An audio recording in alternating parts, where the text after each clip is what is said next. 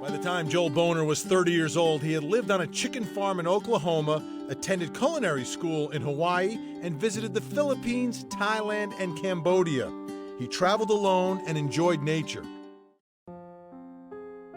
On July 22, 2009, he was sleeping in his tent in a makeshift campsite in Florida when two young men attacked him. We have just learned that John Hawthorne has been charged with first-degree murder. He is the Ocoee man who is accused of the brutal stabbing death of a homeless man. When the Boner family learned of Joel's death, they were upset that he was described as homeless. They said camping was simply the lifestyle he chose.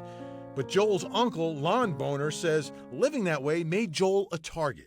They label something so that then they feel empowered and okay to take whatever action they want. The National Coalition for the Homeless documented more than 1,000 attacks on the homeless in 2009.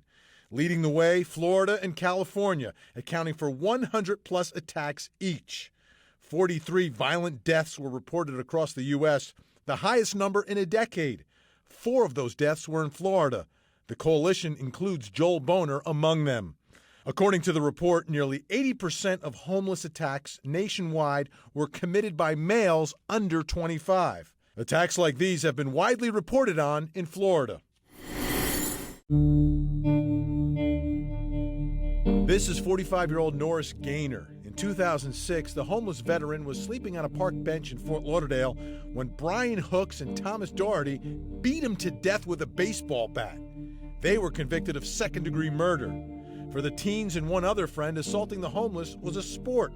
A school surveillance video recorded the same boys beating 58-year-old Jacques Pierre, and in a separate incident that night, another beating, that of Raymond Perez.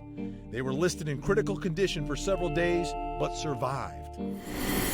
This is 54-year-old August Felix. He was severely kicked, punched, and beaten with a blunt object. Felix was living near railroad tracks in Orlando when police say a group of teenagers attacked him for fun. 1 month later, he died. This is 53-year-old Michael Roberts. In May of 2005, 4 teens aged 14 through 18 went into the woods in Holly Hill, Florida. Under the influence of drugs, they beat him to death. And they were so proud of their actions that they showed off the blood-splattered shoes they were wearing and treated his broken, lifeless body as their trophy, parading friends through the woods to look at it. They listened to him as he cried out for help and begged them to stop.